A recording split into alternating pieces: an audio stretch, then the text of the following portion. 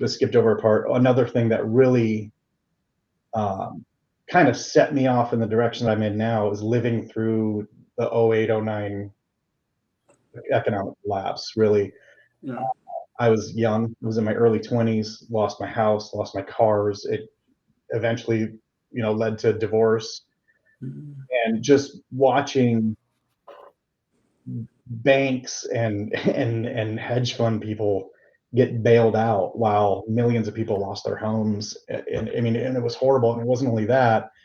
At the time, I was working in construction, and when I think it was in September when the economy, or when the stock market, which is what America views as the economy, sadly, um, like it had like 3 days in a row where it just dropped like 800 points or 1,000 points or something like that. And the company that I was working for, I was a manager, and they walked around. And they said, you need to cut the staff in half.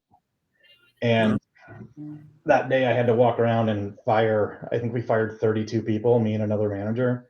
And it was horrible. I mean, grown men crying. I've got kids, I've got family, and you just, it's so hard. It was the hardest thing I've ever done in my life up to this point. And I think that really kind of also helped cement the way that I view how I would like the world to be, essentially.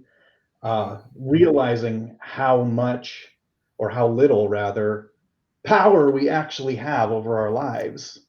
Um, you know, these bubbles, these market bubbles, they keep cropping up and popping, and then the only people that suffer are the working class people and poor people and things like that. And millionaires and billionaires continue to get bailed out. I mean, I read Too Big to Fail, and if you know what they did behind the scenes to bail out all those banks and to just let people lose their homes, it's hard to not wonder what would have happened if they would have just bailed out the homeowners. The banks would have gotten their money anyway.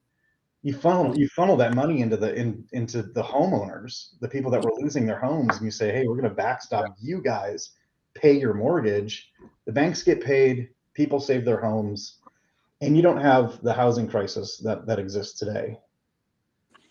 So that's pretty much how I ended up where I'm at.